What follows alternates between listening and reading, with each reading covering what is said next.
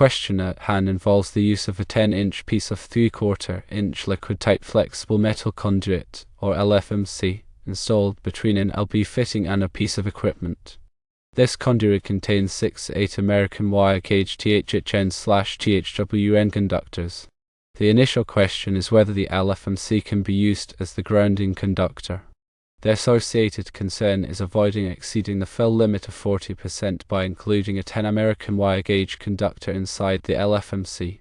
The assertion is that the installation meets the requirements of National Electrical Code Section 250.118 subsection 7. However, there's uncertainty regarding 250.118 subsection 7 paragraph E. It is stated that there is no vibration and no expected movement, and the LFMC is used to permit ease of alignment. The second question is whether the LFMC can be used as a chase nipple as per Chapter 9, Note 4 of the National Electrical Code, which allows for 60% fill.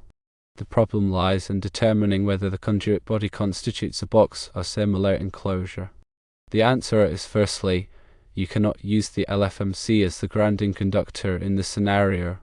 National Electrical Code Section 250.118 subsection 7 paragraph E requires that a metal raceway used as a grounding conductor must not be used where any part of the raceway may become inaccessible due to the removal of a plug, adapter, receptacle, or other device in the raceway. In this case, the LFMC would be inaccessible if the LB fitting were removed. Secondly, you can use the LFMC as a chase nipple if you meet the requirements of Chapter 9, Note 4 of the National Electrical Code. This exception allows for a fill of up to 60% for raceways used as chase nipples. The conduit body does constitute a box or similar enclosure under this exception. A conduit body is a type of enclosure that is used to connect conduits or raceways. To reiterate, you cannot use the LFMC as the grounding conductor, and you can use the LFMC as a chase nipple if you meet the requirements of Chapter 9, Note 4. Considering the National Electrical Code, let's delve deeper into the grounding requirements and the use of LFMC as a chase nipple. Regarding grounding, Section 250.118 lists the types of equipment grounding conductors. These are the approved methods for ensuring a low impedance path back to the source, which is essential for safety. The specific section in question, 250.118 subsection 7, deals with metal raceways and cable trays. It outlines the conditions under which these can be used as equipment grounding conductors. The key takeaway here is that while metal raceways can serve as grounding conductors, they must maintain electrical continuity and be protected from damage. This is where 250.118 subsection 7 paragraph E comes into play. This paragraph specifically prohibits the use of metal raceways as grounding conductors if any part of the raceway could become inaccessible due to the removal of a device. The reasoning behind this is simple. If a section of the raceway becomes disconnected, the grounding path is interrupted, potentially leaving downstream equipment ungrounded and posing a shock hazard. In the scenario presented, the LB fitting is a removable component. Removing it would break the continuity of the LFMC run, thus violating 250.118 subsection 7 paragraph E. Therefore, the LFMC cannot be used as the sole equipment grounding conductor. An additional equipment grounding conductor, such as a green insulated wire, must be installed within the conduit. Now let's turn our attention to the use of LFMC as a chase nipple. Chapter 9 of the National Electrical Code contains tables and examples for conduit and tubing fill calculations. Note 4 to these tables provides an exception for short sections of conduit used as chase nipples. A chase nipple is a short length of conduit used to connect two enclosures or boxes. The exception allows for higher fill percentage, up to 60%, compared to the standard fill limits. This is because chase nipples are typically short and the increased fill is not considered a significant risk for conductor damage or heat buildup. To utilize this exception, the LFMC must meet the definition of a chase nipple, meaning it must be a short section connecting two enclosures. In this case, the LFMC is connecting an LB fitting to equipment. The critical question is whether the LB fitting constitutes a box or similar enclosure. The answer is yes. A conduit body, such as an LB fitting, is a type of enclosure. It provides access to the conductors for pulling, splicing, or making connections. Therefore, the LFMC run between the LB fitting and the equipment can be considered a chase nipple. This allows for a 60% fill allowance. To determine if the 6/8 American wire gauge THHN/THWN conductors exceed the 60% fill limit, we need to consult Chapter 9, Table 1 and Table 4 of the National Electrical Code. Table 1 provides the dimensions and area of conductors. According to Table 4, the maximum allowable fill for a chase nipple is 60%. The allowable area for conductors in trade size 3/4 inch LFMC can be calculated using the conduit's internal area and the 60% fill allowance. If the total cross-sectional area of the 6/8 American wire gauge conductors is less than or equal to 60% of the internal area of the 3/4 inch LFMC, then the installation complies with the fill requirements. In summary, while the LFMC cannot be used as the equipment grounding conductor due to the potential for discontinuity when the LB fitting is removed, it can be used as a chase nipple provided that the conductor fill does not exceed 60%. It is important to always consult the latest edition of the National Electrical Code and to consult with a qualified electrical inspector to ensure compliance with all applicable codes and regulations. Further elaborating on the conductor fill calculations and grounding requirements, let's consider some additional factors. The cross-sectional area of 8 American wire gauge THHN conductors can be found in Chapter 9, Table 5 of the National Electrical Code. This area will be in square inches. Multiply this value by 6 to determine the total cross-sectional area of the 6 conductors. Next, refer to Chapter 9, Table 4 for the internal dimensions and area of LFMC. Find the internal area for 3/4 inch LFMC. Multiply this value by 0.60 to determine the allowable fill area for the chase nipple application. Compare the total cross-sectional area of the conductors to the allowable fill area. If the conductor area is less than or equal to the allowable fill area, the installation meets the code requirements. If the conductor area exceeds the allowable fill area, a larger conduit size will be required. Regarding grounding, remember that the equipment grounding conductor provides a low impedance path for fault current. This path is essential for the operation of overcurrent protective devices such as circuit breakers or fuses. When a fault occurs, the fault current flows through the equipment grounding conductor back to the source. This high current causes the overcurrent protective device to trip, quickly disconnecting the circuit and minimizing the risk of electrical shock or fire. Because the LFMC cannot be relied upon as the sole equipment grounding conductor in this situation, a separate equipment grounding conductor must be installed. The size of the equipment grounding conductor is determined by National Electrical Code Section 250.122, which references Table 250.122. This table correlates the size of the circuit conductors to the required size of the equipment grounding conductor. In this case, the circuit conductors are 8 American wire gauge. Referring to Table 250.122, a 10 American wire gauge copper equipment grounding conductor is required.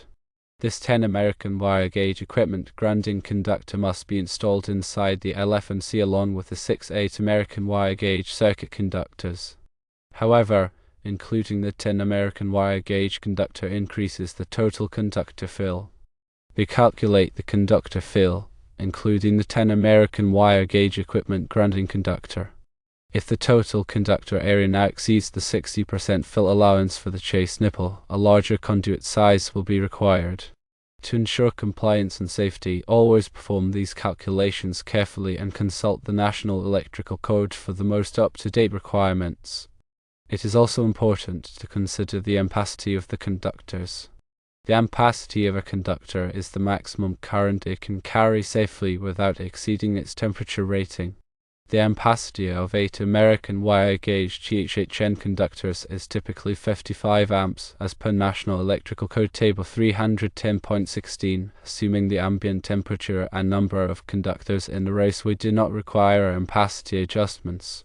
If the load current exceeds the adjusted ampacity, a larger conductor size will be required.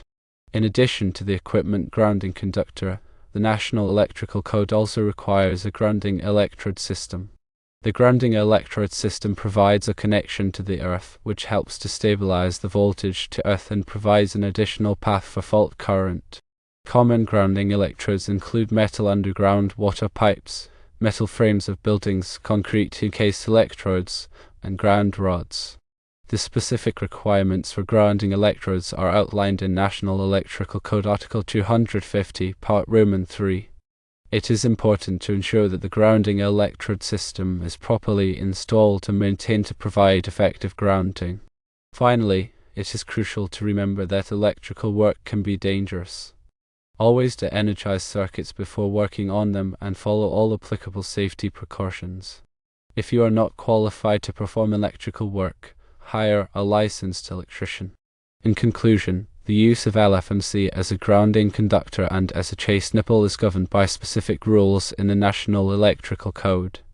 Understanding these rules and following them carefully is essential for ensuring a safe and code-compliant electrical installation. Always consult the latest edition of the National Electrical Code and consult with a qualified electrical inspector to ensure compliance with all applicable codes and regulations. Now, let's delve deeper into the specific sections of the National Electrical Code that govern these installations and explore some related considerations. National Electrical Code Section 348 covers Liquidtight Flexible Metal Conduit, or LFMC. This section outlines the permitted uses, restrictions, and installation requirements for LFMC. Some key considerations from Article 348 include LFMC must be securely fastened within 12 inches of every box, cabinet, conduit body, or fitting, and at intervals not exceeding 4 1/2 feet. Bends in LFMC must be made so that the conduit is not damaged and the internal diameter is not effectively reduced. The number of bends in a run of LFMC is limited to the equivalent of 360 degrees between pull points such as boxes or conduit bodies. LFMC is permitted for use in wet locations, provided that the fittings are listed for wet locations. LFMC is not permitted where subject to physical damage. National Electrical Code Article 313 covers outlet boxes, conduit bodies, and handhole enclosures. As mentioned earlier, conduit bodies, such as LB fittings, are considered enclosures. Article 314 outlines the requirements for box fill calculations, which determine the maximum number of conductors permitted in a box or conduit body. The box fill requirements are based on the size of the box or conduit body and the size and number of conductors. National Electrical Code Article 310 covers conductors for general wiring. This article includes tables that provide the ampacity of conductors based on their insulation type, size, and temperature rating. It also includes requirements for ampacity correction and adjustment factors, which must be applied when the ambient temperature is high or when there are multiple current-carrying conductors in a raceway. National Electrical Code Article 250 covers grounding and bonding. This is a critical article for ensuring electrical safety. It outlines the requirements for equipment grounding, system grounding, and bonding of metal parts. As discussed earlier, Section 250.118 lists the types of equipment grounding conductors, and Section 250.122 specifies the size of equipment grounding conductors. Other important sections of Article 250 include requirements for grounding electrodes, grounding electrode conductors, and bonding jumpers. In addition to the National Electrical Code, local codes and regulations may also apply. It is important to check with the local electrical inspector to ensure compliance with all applicable codes and regulations. Furthermore, it is crucial to use listed and labeled equipment. Listed equipment has been tested by a recognized testing laboratory such as Underwriters Laboratories to ensure that it meets safety standards. Labeled equipment bears a label from the testing laboratory indicating that it has been tested and meets the applicable standards.